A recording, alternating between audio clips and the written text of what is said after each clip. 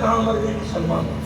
اللہ کے رسول نے تو یہ فرمایا جو جتنا باحیا ہوگا وہ اتنا پکا مومن ہوگا۔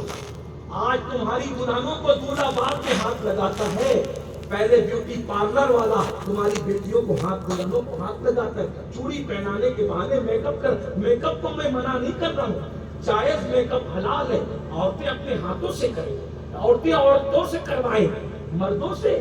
ارے سگا جوان بھائی اور سگا باپ جب بیٹی کے بدن کو بغیر کپڑے کے چھو نہیں سکتا تو تم نے بغیر کپڑوں کے تم نے وہاں بٹھا دیا، کیا ہو رہا؟ لعنت کی اللہ کے رسول نے ایسے مردوں پر۔ عورتیں جب مسجد نہیں جا سکتی تو بیوٹی پارلر کیسے جاتی؟ غور کرو، لیکن عورتیں اس پہ گھمنڈ کر، میرے تو اتنے زیورات، میرا تو ایسا بیوٹی پارلر، اور جو نہیں کر کے آتے اس کو حقیر سمجھتے ہیں، اس کو بیکورڈ سمجھتے ہیں، غربت کا مذاق اڑاتے ہیں۔ سن لو، گھمنڈ مت کرو۔ قدرت اگر دینا جانتی ہے تو چھیننا بھی جانتی ہے۔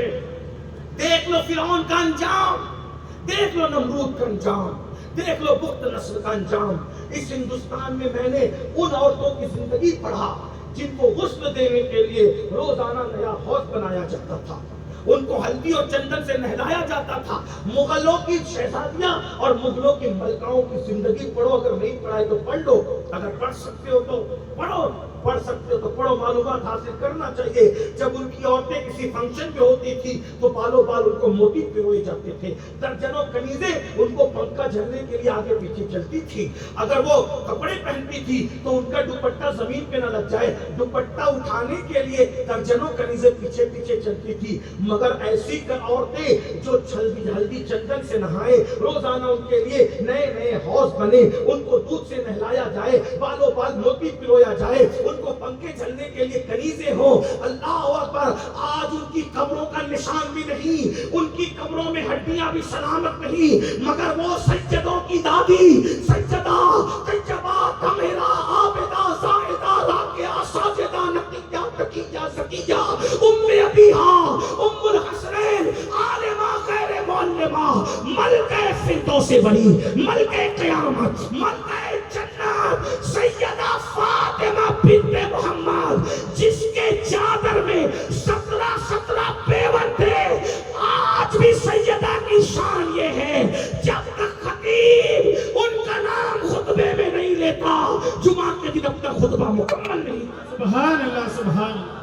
یہ شان ہے دولت کی، تکبر مت کرو۔ اللہ نے دیا ہے عاجزی کرو، شکر ادا، دولت دیا تو شکر کرو، حسن دیا تو شکر کرو، علم دیا تو شکر کرو، عزت دیا تو شکر کرو، گھمنڈ مت کرنا، گھمنڈ مت کرنا۔ تو بہرحال میں کیا کر رہا تھا، ولی بننے کا طریقہ، اس سے پہلے میں جو بات کہہ رہا تھا، میرے امام جعفر صادق علی جدہ علیہ السلام فرماتے ہیں، روئے زمین پر جتنے ذرات ہے اس سے زیادہ اللہ تک پہنچنے کے راستے ہیں۔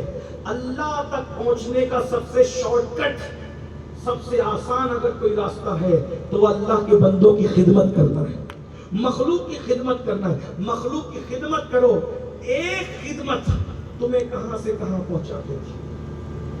ثبوت پیش کرو، ثبوت کتنا آسان ہے، ثبوت سن لیجئے کتنا آسان ہے، کتنا آسان ہے، کتنا آسان۔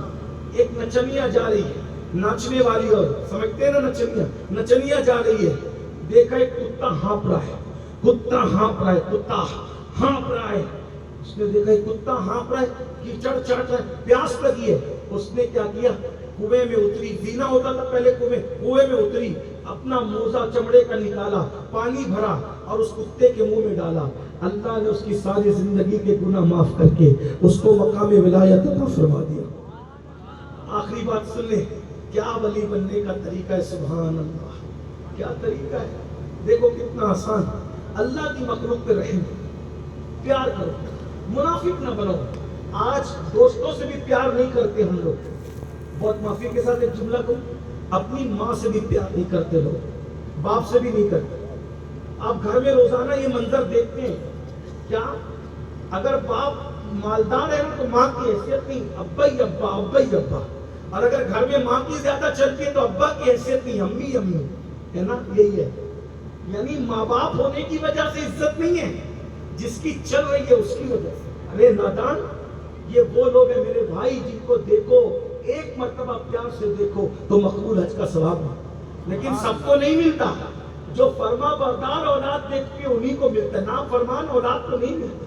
جو گھر سے نکالتے ان کو, جو عید کا سلام کرنے کی بھی توفیق نہیں. ہم لوگوں کے ہاتھ چومتے ہو, ماں باپ کے بھی ہاتھ چومتے ہو کیا کبھی؟ ہمارے ہاتھ چومو گے کیا ملے گا, نہیں ملے گا, چھوڑو. ماں باپ کے ہاتھ چومو گے اس پہ جنت کی بشارت دی گئی. شرم آتی ہے نا ماں باپ کے ہاتھ چومنے میں. ارے یا تو ہزاروں ہیں علماء کے ہاتھ چومنے کے لیے, مقرروں کے سیدوں کے ہاتھ چومنے کے لیے. میں منع نہیں کر رہا ہوں, پھر کہہ رہا ہوں. کچھ لوگ کلپ کاٹ کر کے کہتے تھے اس نے منع کر دیا. پھر لوگ مجھ سے جھگڑا کرتے, میں نے کہا مجھ سے نہ لڑا کرو یار, وہ کاٹ کے ڈالا اس نے.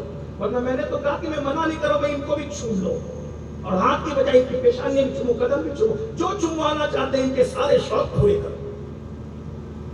لیکن بات یہ نا کہ ماں باپ کے ہاتھ چومو نا, پہلے ماں باپ حقدار ہے اس کے. جو ماں باپ کے ہاتھ چومے اس نے جنت کی چوکھٹ چوم. ماں باپ ترس رہے. ارے یہاں ہزاروں ہیں, ہزاروں. اگر کسی شادی کے مجمع میں 4-6 لوگ جمع ہو, باپ نے باپ کا ہاتھ چومنا, تمہارے باپ کا سینہ پھول جائے گا کہ کوئی دیکھ رہا ہے کہ نہیں دیکھ رہا ہے, میرا بیٹا میرے ہاتھ چومتا ہے. جب کئی عورتیں